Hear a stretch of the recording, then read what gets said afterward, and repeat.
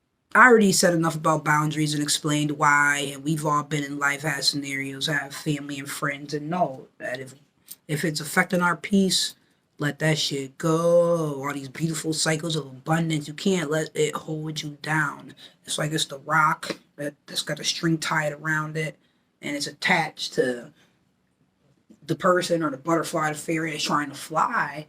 And if you cut what's holding you back, what's weighing you down, the low vibing energy, what's causing the stress, you got to cut that loose, and you're able to fully fly.